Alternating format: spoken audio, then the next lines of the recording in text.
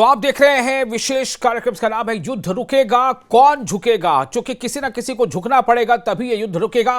चूंकि इस युद्ध के जो प्रभाव हैं वो सिर्फ अमेरिका या इस्राइल या ईरान पर ही नहीं है, बल्कि अब इसका प्रभाव दुनिया के लगभग तमाम मुल्कों पर पड़ रहा है। चूंकि स्ट्रेट ऑफ हॉर्मुज़ पर ईरान ने बंदिश लगा दी है। ईरान का यह कहना है कि जो कोई भी देश अमेरिका या इस्राइल का साथी है या उसका इस युद्ध में साथ दे रहा है, उसके जहाजों को हम स्ट्रेट ऑफ हॉर्मुज़ से गुजरने नहीं देंगे।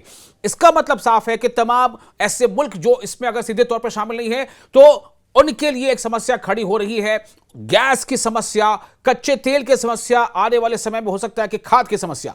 तो ये एक बड़ी वजह है जिसने अमेरिका को भी कदम पीछे हटाने पर मजबूर किया है। लेकिन जितनी चर्चा बातचीत की हो रही है उससे क्या यह लग रहा है कि यह बातचीत अमेरिका वाकई चाहता है, जंग का अब वो खात्मा चाहता है, या फिर अमेरिका और जोरदार ताकत से हमले करने के लिए कुछ समय चाहता है।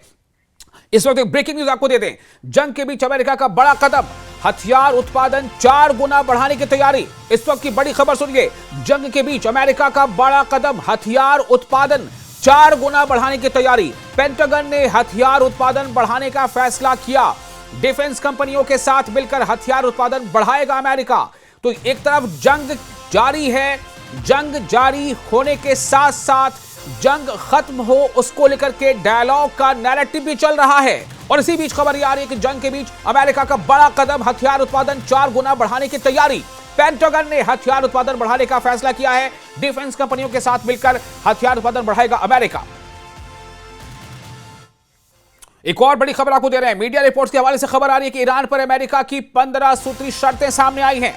मीडिया रिपोर्ट्स के हवाले से खबर, ईरान पर अमेरिका की 15 सूत्री शर्तें सामने आई हैं। ईरान पर न्यूक्लियर वेपन हासिल नहीं करने की शर्त है, जो सबसे बड़ी और अहम शर्त है। ईरान पर यह शर्त है कि न्यूक्लियर वेपन ईरान हासिल नहीं करेगा, यह शर्त है।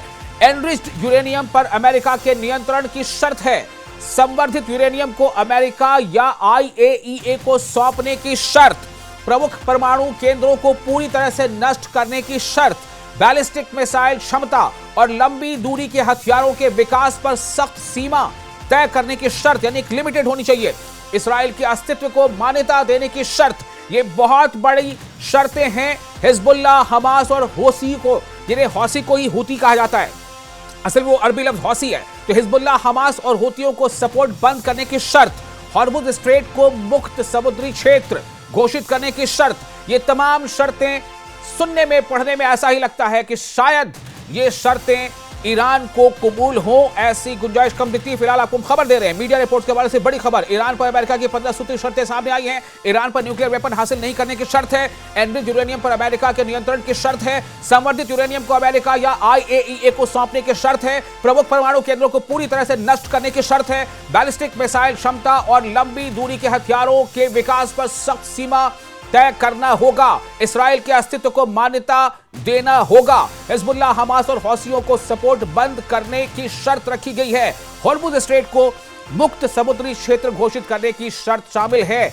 अब हम सीधे चलते हैं बातचीत पर और चर्चा पर, जिस पर लगातार चर्चा कर रहे हैं। और मैं सीधे पहले आगा मुत्तबा साहब आपके पास ही आना चाहूंगा। मुझे ये बताएं कि ये जो 2 बड़ी खबरें इस वक्त हमने दी हैं, अपने दर्शकों से शेयर की हैं, आपको क्या लग रहा है आगा मुत्तबा साहब, ये शर्तें काबिल कबूल होंगी ईरान के लिए? देखिए, जैसे पहली शर्त आपने कहा ये न्यूक्लियाई टेक्नोलॉजी के हवाले से, देखिए ये तो JCPOA जब 2015 में हुआ उसमें तो ये माना ईरान ने कि हम कभी भी जो है न्यूक्लियाई हथियार बनाने की दौड़ में नहीं है। और इसके साथ साथ जो है शहीद सुप्रीम लीडर हैं, उनका बाज़ाब्ता फतवा था, उन्होंने न्यूक्लियर बम बनाना हराम करार दिया था। ये तो स्टैंडर्ड रहा ही है पहले से ही ईरान का कि हम किसी भी सूरत में जो है न्यूक्लियर बम बनाना नहीं चाहते हैं। हम न्यूक्लियाई टेक्नोलॉजी जो है वो सिर्फ सिविल कामों के लिए इस्तेमाल करना चाहते हैं। और ये NPTPA के सिग्नेटरी भी है, वो हक भी इनको मिलता है। और IAEA बाज़ाबिता इनके इंस्पेक्टर जो है हमेशा जो है ईरान की इंस्पेक्शन के लिए गए हैं और अपनी रिपोर्ट्स जो है उन्होंने बार बार मंजर आम पे दी हैं। तो आज तक कब इसराइल ने IAEA को एक्सेस दी है अपनी न्यूक्लियाई जो है साइट्स को विजिट करने का? दूसरी उसके साथ जो ये शर्तें जिस लिहाज से, जैसे आपने खुद कहा कि इसराइल को मान्यता देना, देखिए ईरान का ये बिल्कुल बुनियादी मौक़िफ़ है, ये ज़मीन जो है ये फ़लस्तीनियों की है, ये सरजमीन जो है इसको गस्ब किया गया, ये ऑक्यूपाइड टेरिटरी है, इसराइल का कोई अस्तित्व ही नहीं है, इसकी कोई लेजिटिमेसी ही नहीं है। ये 48 में ये जबरन ये रिजीम मतलब जो है ईरान इसे नहीं मानेगा, ये जमीन जिनकी है नहीं कतई तो ये तो बिल्कुल हर किसी कानून के जवाज के बिल्कुल ये खिलाफ है। ठीक है, मैं इसी बातचीत को आगे बढ़ाता हूं। मोहिबुल हक हमारे साथ मौजूद है, प्रोफेसर मोहिबुल हक, मिडिल ईस्ट मामलों के जानकार। मोहिबुल हक साहब, आपने शर्तें सुन ली, हालांकि मैं जो आज उन्वान है इस चर्चा का वो यही है कि युद्ध रुकेगा, कौन झुकेगा, क्वेश्चन मार्क। तो मैं अब आपके पास सीधे आता हूं, आप क्या कहना चाहते हैं? देखिए, सबसे पहली बात यह है कि हमें ये जानना चाहिए कि ये जो जंग है बेसिकली ये ईरान पे इम्पोज की गई है। ठीक है, यानी अमेरिका की अगर आप पूरी तारीख देखें 1945 से लेकर के अभी तक, या इजराइल की पूरी तारीख देखें, तो जंग ईरान पे इम्पोज की गई है। ईरान ने जंग को इनवाइट नहीं किया है, उसके ऊपर इम्पोज की गई है जी। नंबर 2, एक बात ये है कि आप ये कह रहे हैं कौन झुकेगा और तब जंग रुकेगी। सबसे पहली बात ये है कि ये ईरान के लिए एग्जिस्टेंशियल थ्रेट है। ईरान अगर झुकेगा तो ईरान को खत्म हो जाना पड़ेगा। यानी ईरान का ट्राइफर्केशन का जो प्रोग्राम है, ईरान की 10 करोड़ तकरीबन जो आबादी है उसको 3-4 हिस्सों में जो बांटने का प्रोग्राम है, उस प्रोग्राम को अमली जामा पहनाने की कोशिश की जाएगी। चूंकि ईरान न सिर्फ ये एक नजरियाती ममलिकत है, नजरियाती रियासत है, आइडियोलॉजिकल स्टेट है, बल्कि 1979 से लेकर के आज तक अमरीकी इस्तेमारियत और इसराइली जारहियत के खिलाफ अकेला खड़ा हुआ है। तो ऐसी हालत में मिडिल ईस्ट में एक ऐसा मुल्क है जिसको किसी भी सूरत में ना ही इसराइल और ना ही अमेरिका बर्दाश्त करता है। ठीक है। तीसरी अहम बात यह है जो आपने अभी बताई कि 4 गुना अमेरिका में असलाहजात की जो पैदावार है उसको बढ़ा दिया गया है। अमेरिका में अगर आप देखें तो अमेरिकन इकोनॉमी की जब भी कंडीशन खराब होती है, उसमें एक ऐसी इंडस्ट्री है जो आर्म्स इंडस्ट्री है, जो कभी भी कोई सेटबैक नहीं शो करती है, यानी हमेशा वो फ्लोरिशिंग इंडस्ट्री रहती है। तो जाहिर सी बात है, ये जो वार की पूरी सिचुएशन या वॉर लाइक सिचुएशन पूरी दुनिया में पैदा करके अमेरिका के अंदर जो आर्म्स लॉबी है, खास करके जो ट्रम्प के साथ सॉलिडली खड़ी हुई है, वो इसका फायदा उठा करके आप देखें कि 4 गुना अगर उसकी पैदावार बढ़ा दी गई है तो पूरी दुनिया को होशियार हो जाना चाहिए। और एक बात और याद रखनी चाहिए कि ईरान सिर्फ अपनी बका और अपनी सालमियत की जंग नहीं लड़ रहा है, बल्कि वो तमाम ममालिक जो कमजोर हैं, जो वीक हैं, या जिनके रिसोर्सेज पे अमेरिका की नजर है, इसराइल की नजर है। अब अगर ईरान कामयाब होता है, मोहिब साहब, ये बात खाड़ी के देशों को समझ में क्या आ रही है क्या? खाड़ी के देशों से ज्यादा खाड़ी के जो देश जिसकी आप खलीजी ममालिक हैं, वो देखिए शेखडम्स हैं, वो आइडियोलॉजिकल स्टेट नहीं है, वो पॉपुलर रिजीम्स नहीं है। उन्हें अपनी हुकूमत बचाने का ज्यादा यानी मसला रहता है, उनके लिए रियासत को या आवाम के इंटरेस्ट का ज्यादा मसला नहीं रहता। बात यह है कि ईरान अगर रेजिस्ट कर पाता है तो क्यूबा भी बचता है। ईरान अगर नाकाम होता है, ईरान अगर कहीं भी फेल होता है, तो अगला नंबर क्यूबा का है, और उसके बाद से पता नहीं किन किन ममालिक का नंबर आएगा। तो मैं ये समझता हूँ ग्लोबल साउथ के जितने ममालिक हैं उनके लिए यह मौका है कि अपने मौकिफ में बहुत क्लियर हो जाए, और जो अमेरिकन इंपीरियलिज्म है, जो पैक्स अमेरिकाना का पूरा ख्वाब है, पूरी दुनिया में अमेरिका जो अपनी बालादस्ती नहीं बल्कि जिसे कहा जाए गुंडागर्दी कायम करना, यानी जिस तरह से आप देखिए कि वेनेजुएला के प्रेसिडेंट को अबडक्ट किया गया, वो तो गुंडागर्दी है ना, कि एक सॉवरेन स्टेट के प्रेसिडेंट को अबडक्ट करके ले जाया जाए। साहब, उसे दुनिया ने देखा। मेरा सवाल अब आपसे ये है कि डोनाल्ड ट्रंप ने जो 5 दिनों की मोहलत दी है, उसके पीछे क्या आप देखते हैं, क्या चीज कार फरमा उसके पीछे? क्या वाकई डोनाल्ड ट्रंप जंग से बाहर निकलना चाहते हैं, या फिर डोनाल्ड ट्रंप या अमेरिका को हम ना भी करें तो डोनाल्ड ट्रंप क्या ये चाहते हैं कि वक्त बाय करना चाह रहे हैं वो? देखिए, बात यह है कि इसराइल और अमेरिका को भी वक्त चाहिए, क्योंकि ईरान ने जिस तरह से लड़ाई की है और जिस तरह से एग्जॉस्ट किया है उनके रिसोर्सेज को, जारे ममालिक के जो रिसोर्स है इनको एग्जॉस्ट किया, बल्कि वो टाइम बाई कर रहे हैं, दोबारा हमले की तैयारी है। और ये याद रखिए कि वो जो अपना हदफ तय कर चुके हैं, खास करके इसराइल ने जो हदफ तय किया है, उससे बहुत आसानी से वो पीछे हटने वाले नहीं है। उन्हें अंदाजा ये नहीं था कि ईरान इस तरह से रेजिस्ट कर पाएगा। आपने देखा कि पहले बात हुई थी न्यूक्लियर टेक्नोलॉजी की या यूरेनियम एनरिचमेंट की, अब वो मिसाइल टेक्नोलॉजी को भी सामने ला रहे हैं। बिल्कुल। यानी ईरान के जो मिसाइल का प्रोग्राम है वो सिर्फ उस रेंज का होना चाहिए कि पड़ोसी ममालिक में 2-4 जगह मिसाइल मार पाए, इसराइल तक उसकी पहुंच ना हो। यानी ये अमेरिका और इसराइल की साजिश ये है, इस हमले के जरिए वो ये अचीव करना चाहते हैं कि अपने मुखालिफिन को डिसआर्म करना चाहते हैं। ठीक है, डिसआर्म ओके, करके जिस तरह जी से बिल्कुल फलस्तीन को किया बिल्कुल वैसे करना चाहते हैं। बिल्कुल। मैं फिर आपके साथ प्रोफेसर जिताब, आपको मैंने अभी जो ब्रेकिंग न्यूज दी है, जो शर्तें गिनाई हैं, आपको क्या लग रहा है कि क्या ये अमेरिका की तरफ से जो प्रपोज्ड कंडीशंस हैं, टर्म्स एंड कंडीशंस हैं, क्या आपको लग रहा है कि ईरान उसे जो है वो कबूल कर लेगा और बातचीत जो है वो शुरू हो जाएगी और ये जंग खत्म हो जाएगी? देखिए, मुझे ऐसा नहीं लगता है फ्रैंकली स्पीकिंग, क्योंकि जो 15 शर्तें रखी है अमेरिका ने, वो पूरी तरह से ईरान की सॉवरेंटी के, ईरान के इंडिपेंडेंस के, ईरान की पॉलिसीज के खिलाफ है। दूसरी तरफ ईरान ने भी कुछ शर्तें जो अमेरिका को रखी हैं, जो अभी पूरी तरह से जिसकी पुष्टि नहीं हुई है, वो भी अमेरिका के लिए शायद ही मान्य हो। तो वैसी स्थिति में मुझे नहीं दिख रहा है कि कोई बीच का रास्ता, जब तक डायलॉग डिप्लोमेसी की बात नहीं आगे बढ़ेगी तब तक ये तो दिखना मुश्किल लग रहा है। और 1 महीने की सीज फायर हो, चाहे वो 6 महीने की हो, मुझे नहीं लग रहा है कि ये शर्तें मानेंगे। हाँ, कुछ शर्तों पे, जैसा हमारे को पैनलिस्ट ने कहा कि 2015 में भी ईरान ने अपने इनरिच्ड यूरेनियम को रूस को दिया था रखने के लिए, और इस बार भी जैसी खबरें आई हैं कि ओमान के मध्यस्थता के थ्रू ये चीज रूस ने ऑफर किया था। रूस के राष्ट्रपति की जब बात हुई थी ट्रंप से, उसमें भी ये उठा था और रूस ने ऑफर किया कि हम इनरिच्ड यूरेनियम को लेकर रखेंगे, हम उसकी गारंटी देंगे। बट अमेरिका उसके लिए तैयार नहीं हुआ था। तो यहाँ पे बहुत सारी बातें हैं जो बहुत क्लैरिटी के साथ नहीं रहा। कुछ मामलों पे ईरान झुका भी था, ईरान कंप्रोमाइज की स्थिति में था, लेकिन ट्रंप के जो हट हैं उसकी वजह से। दूसरी तरफ आप देखिए, ट्रंप की लोकप्रियता उनके देश में भी गिर रही है। उनके खुद के मंत्री हैं, उनके खुद के इंटेलिजेंस के, वो लोग भी कह रहे हैं कि वार नहीं होनी चाहिए, फिर भी वो अड़े हुए हैं। और मुझे एक रिपोर्ट, मुझे लगता है कि हमारे साथ एक और खास मेहमान जुड़ चुके हैं, डॉक्टर जाकिर हुसैन, मेडिसिन मामलों के जानकार। मुझे लगता है वो इस बारे में क्लियर करेंगे। डॉक्टर जाकिर, आपका इस्तकबाल करते हुए प्रोफेसर जिताब से पहले एक छोटा सा जवाब ले लूं, फिर आपके पास आता हूं। जाकिर साहब, प्रोफेसर जिताब, भारत में पिछले 2 दिनों से कुछ इसको लेकर के हलचल बढ़ गई है। कल खबर आई कि डोनाल्ड ट्रंप ने पीएम मोदी से बातचीत की, उसके बाद ग्रुप ऑफ मिनिस्टर्स की बैठक हुई, उसके बाद आज सर्वदलीय बैठक भी जो है वो हुई। तो सवाल अब यह है कि आपको क्या लग रहा है, बातचीत में क्या हुआ होगा? डोनाल्ड ट्रंप ने भारत से क्या चाहा होगा, क्या कहा होगा? और क्या इस जंग के, यानी कि जो 5 दिनों का जो गैप है, या ये कहा जा रहा है कि 5 दिनों का आपने समय दे दिया अमेरिका के हवाले से, अगर हम बात करें तो इन 5 दिनों में अमेरिका क्या तैयारी कर रहा है? भारत को आप कैसे देख रहे हैं इसमें?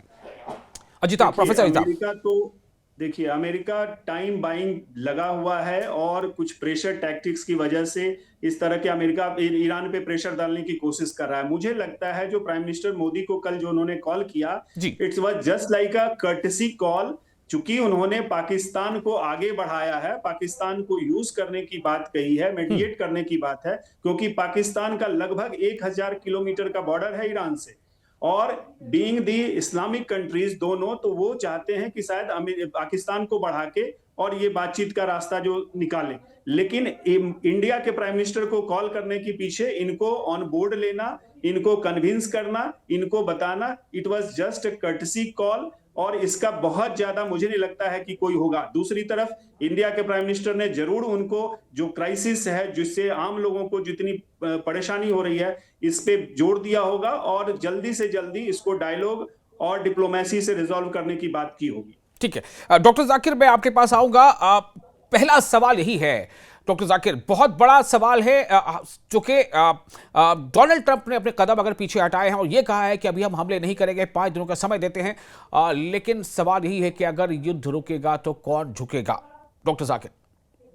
नहीं, ये मैं इस पे बिलीव नहीं करता हूं कि ट्रंप ने 5 दिन में जो है अपनी चीजें वापस कर ली हैं। वो अटैक करेगा, वो इजराइल के पीछे रहेगा, और अगर डोनाल्ड ट्रंप नहीं करते हैं तो इजराइल ये वार कंटिन्यू करेगा। और उस पर डोनाल्ड ट्रंप ने कुछ नहीं कहा कि इजराइल कैसे करेगा, क्या करेगा, क्योंकि डोनाल्ड ट्रंप के पीछे जो उनकी कंट्री में है ज़ायनिस्ट लॉबी है, जो उनकी इलेक्शन की फंडिंग की है, ये डोनाल्ड ट्रंप को पकड़ के रखी है।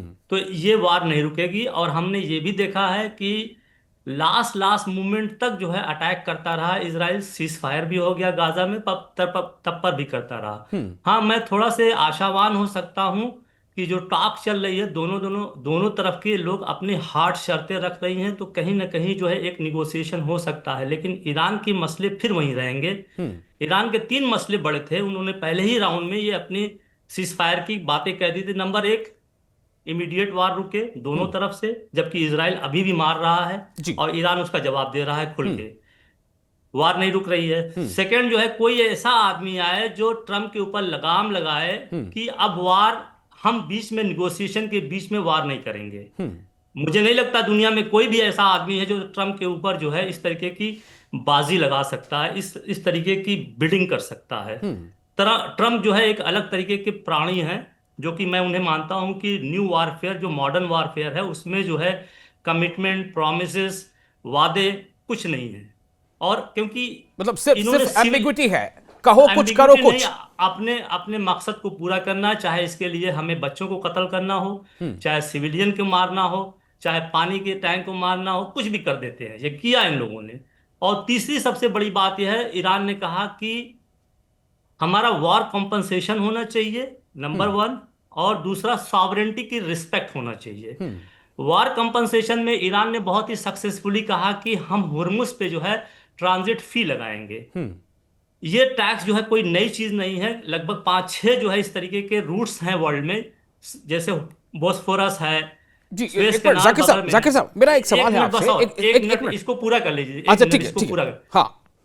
तो जो एस्टिमेट लगाया गया है, ईरान ने लगाया है, साल भर में वो $100 बिलियन, 100 अरब का जो टैक्स जो है कलेक्ट करेगा, और 100 अरब जो है उसके रिकंस्ट्रक्शन के लिए पूरा हो जाएगा। ठीक है। क्योंकि ये एरिया, वाटर एरिया ईरान के जो है एरिया में आता है, ये इस पे होगा। अब दूसरा, रात में फिर जो है मुश्तबा खामनाई साहब ने दो चीजें और जोड़ दी हैं। उन्होंने कहा कि न्यूक्लियर डिटरेंस भी हम करेंगे। तो अब यहां पर एक बात ये नजर आ रही थी कि ट्रम्प कहीं और जा रहे हैं, इजराइल कहीं और जा रहा है। तो इजराइल न्यूक्लियर बॉम्ब जो है इस्तेमाल कर सकता है, जैसा कि बहुत से वेस्टर्न एनालिस्ट ने कहा है कि 1 से लेकर 12-15 तक करेगा, क्योंकि छोटे छोटे हैं। तो उसको निपटने के लिए ईरान ने कह दिया कि हम बिल्कुल तुम्हारे ऊपर न्यूक्लियर का इस्तेमाल करेंगे। और दूसरी सबसे बड़ी जो चीज उन्होंने कहा कि हम मिलिट्री एग्रीमेंट चाइना और रशिया से करेंगे। तो ईरान जो है सर्टेन नहीं है, हम लोग तो बात कर रहे हैं, लेकिन ईरान ग्राउंड पे फेस कर रहा है। ईरान अनसर्टेन है अबाउट ट्रम्प एंड इजराइल, क्योंकि इजराइल का मकसद नहीं चेंज हुआ। ईरान का नैरेटिव, ट्रम्प का नैरेटिव बदलता रहा। जी, लेकिन 26 दिन मैं आपकी जी। बात से ही ये सवाल उठा रहा हूं, जो आपने कहा कि जो दो अहम चीजें शर्त रखी हैं, मुज्तबा खामनेई की तरफ से रखी गई हैं, क्या उससे ये शर्तें टकराती हैं? क्योंकि अभी हमने कुछ देर पहले बताया अपने नाजरीन को, अपने दर्शकों को, कि 15 सूत्री शर्तें अमेरिका ने ईरान के सामने रखी हैं, जो मीडिया रिपोर्ट के हवाले से खबर आ रही है। उनमें पहला है ईरान पर न्यूक्लियर वेपन हासिल नहीं करने की शर्त, एनरिच्ड यूरेनियम पर अमेरिका के नियंत्रण की शर्त, संवर्धित यूरेनियम को अमेरिका या IAEA को सौंपना होगा, प्रमुख परमाणु केंद्रों को पूरी तरह से नष्ट करने की शर्त, बैलिस्टिक मिसाइल क्षमता और लंबी दूरी के हथियारों के विकास पर सख्त सीमा तय करने की शर्त, इसराइल के अस्तित्व को मान्यता देने की शर्त, हिजबुल्लाह, हमास और हौसियों को सपोर्ट बंद करने की शर्त। ये अहम शर्तें हैं। साथ ही हॉर्मुज स्ट्रेट को मुक्त समुद्री क्षेत्र घोषित करने की शर्त। अब आपसे मेरा सवाल है, जो बातें आप कह रहे हैं कि जो मुर्तजा खामनेई चाहते हैं, क्या वो इन शर्तों से टकरा रही हैं? गुंजाइश लग रही है कि ये दोनों साथ साथ आगे बढ़ सकती हैं? आप देखिए, 15 जो शर्तें हैं उसमें ईरान के पास बचता ही क्या है? वो तो एक कॉलोनी बन जाएगा, फिर आके इनके तेल को कब्जा करेंगे, कंट्री को डिवाइड कर देंगे, खुद को दे देंगे। खुद को बहुत दिन से प्रॉमिस कर रहे हैं तुमको लैंड देंगे, वहां दे देंगे, फिर आके बलूचिस्तान, सिस्तान बलूचिस्तान को अलग कर देंगे, ईरान को 3 पार्ट में डिवाइड कर देंगे। अब बचता ही क्या उसके पास है? उसके कौन से बहुत बड़ी ताकत थोड़ी ईरान है, लेकिन जिस फील्ड में उसने अपने आप को स्ट्रेंथन किया है, मिसाइल पर, और जहां तक यूरेनियम, इनरिच यूरेनियम की है, तो अगर हम जो है ओमान के जो मीडिएट कर रहे थे फॉरेन मिनिस्टर, उन्होंने कहा था सब कुछ तय हो गया था, ईरान सब पे तैयार हो गया था, इजराइल ने अटैक कर दिया, अटैक हो गया ड्यूरिंग दिस निगोशिएशन अचानक दूसरे दिन। तो ये लड़ाई इजराइल की है, अमेरिका की नहीं है। अब ट्रम्प किस वजह से वहां फंसे हुए हैं ये देखने की बात है, इसीलिए उनकी पॉपुलैरिटी जो है 20% हो गई।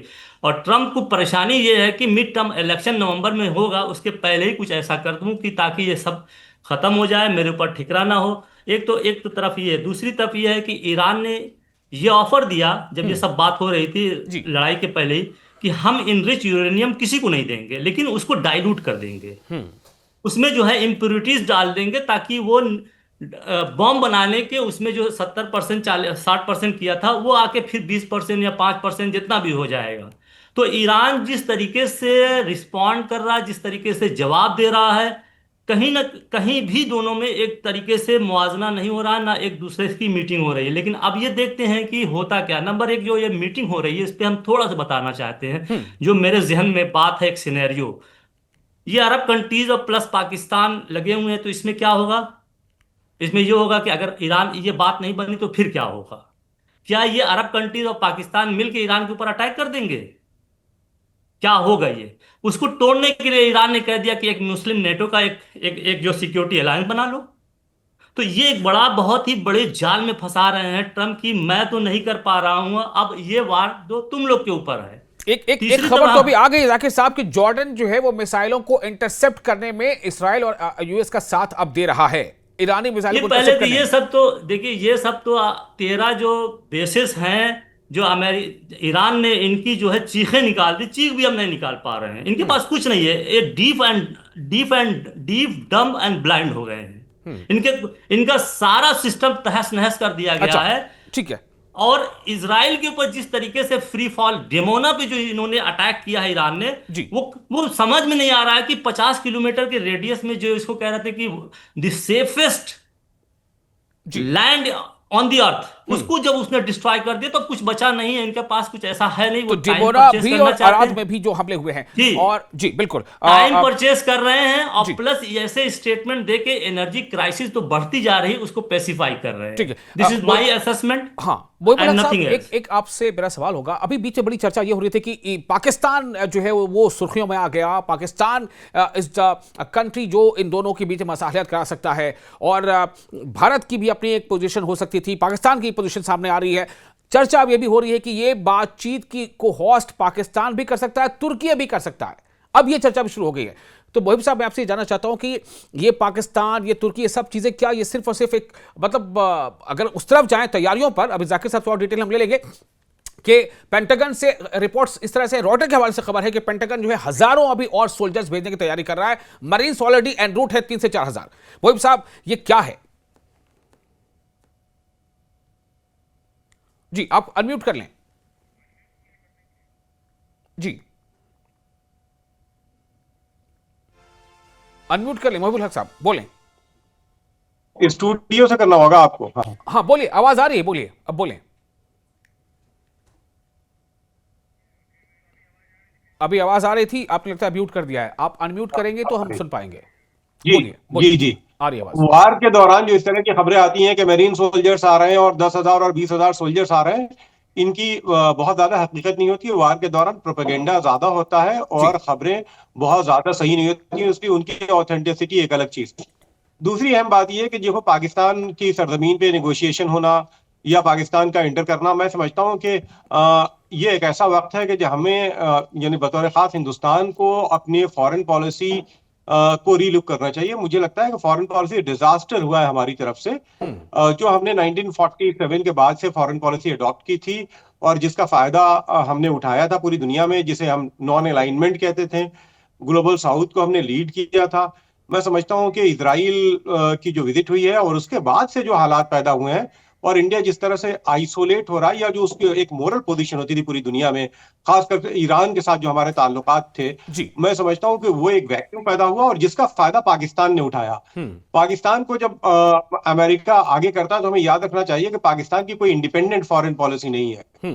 पाकिस्तान की फॉरेन पॉलिसी एक रिमोट कंट्रोल्ड फॉरेन पॉलिसी है जिसकी बागडोर अमेरिका के हाथ में है। दूसरी जानिब हिंदुस्तान की फॉरेन पॉलिसी की पूरी दुनिया में कदर इसलिए की जाती थी कि हम एक इंडिपेंडेंट फॉरेन पॉलिसी रखते थे।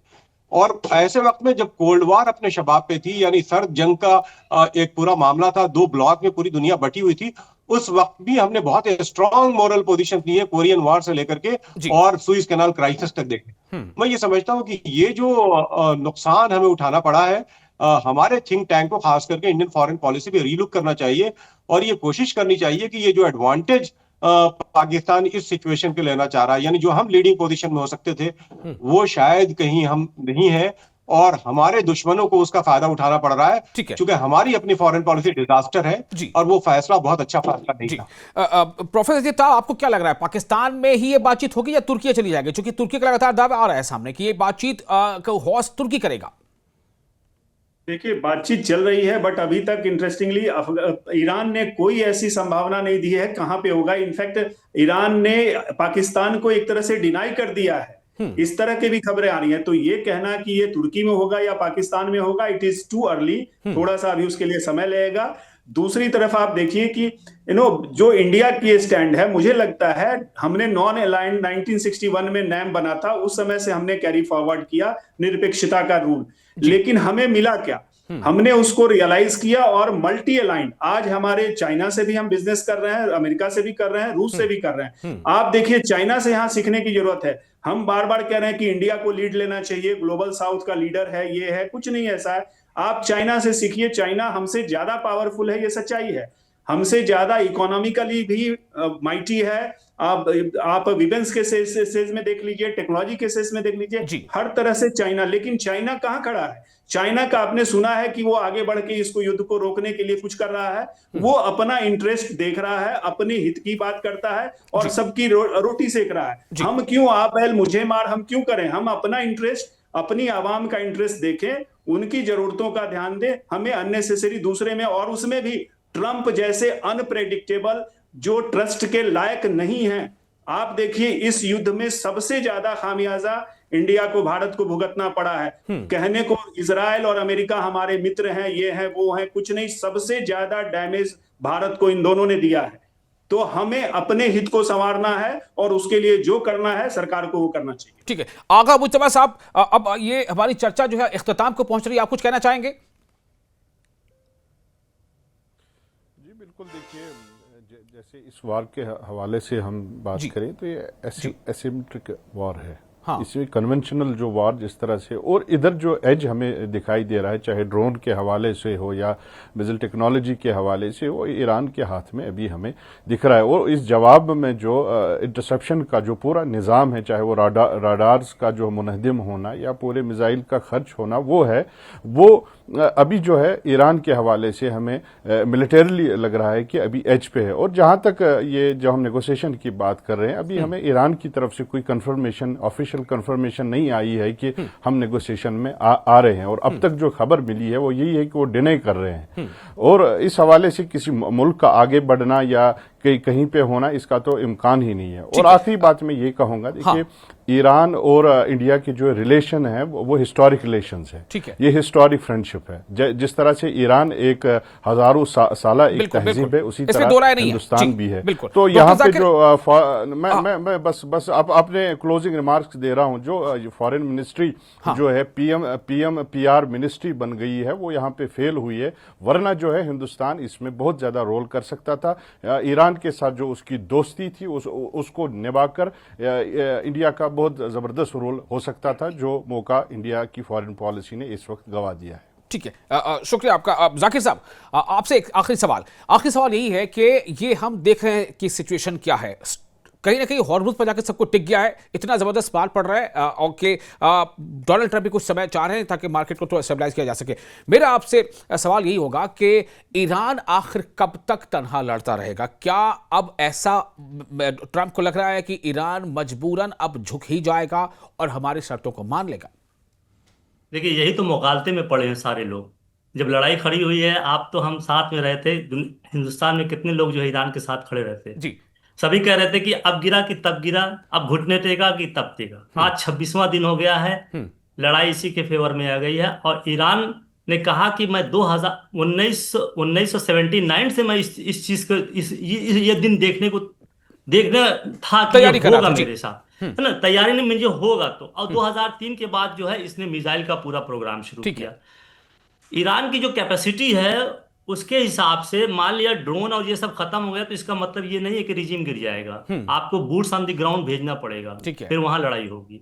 और ईरान का 2 लाख से 180 और 2 लाख के बीच में IRGC है, फिर बसीज है, फिर रिजर्विस्ट है, करीब 8-9 लाख जो है फोर्सेस है, वो वार वेटरन्स है। उन्हें सीरिया में लड़े हैं, लेबनान में लड़े हैं। और ये जो 5000 का लड़ाई में, युद्ध में वो होता है, लेकिन 5000 भेजे जा रहे हैं वो रास्ते में। तीसरी बात मैं ये कहना चाहता हूँ, पाकिस्तान की फॉरेन पॉलिसी रिमोट पे नहीं है। ठीक है। वो अमेरिका और चाइना के बीच में शटल करती रहती है। बिल्कुल बिल्कुल सही। जब चाइना, क्योंकि चाइना की तरफ ही वो जाएगा, ठीक है। पाकिस्तान अमेरिका को तो अपने साथ में दिखे। हाँ। इंडिया की जहां की बात आती है, दो चीजें मैं कहना चाहूंगा थोड़ा कि जल्दी से। हाँ हाँ, इस वार के जमाने में कौन सी कंट्री जो है इजराइल विजिट की थी?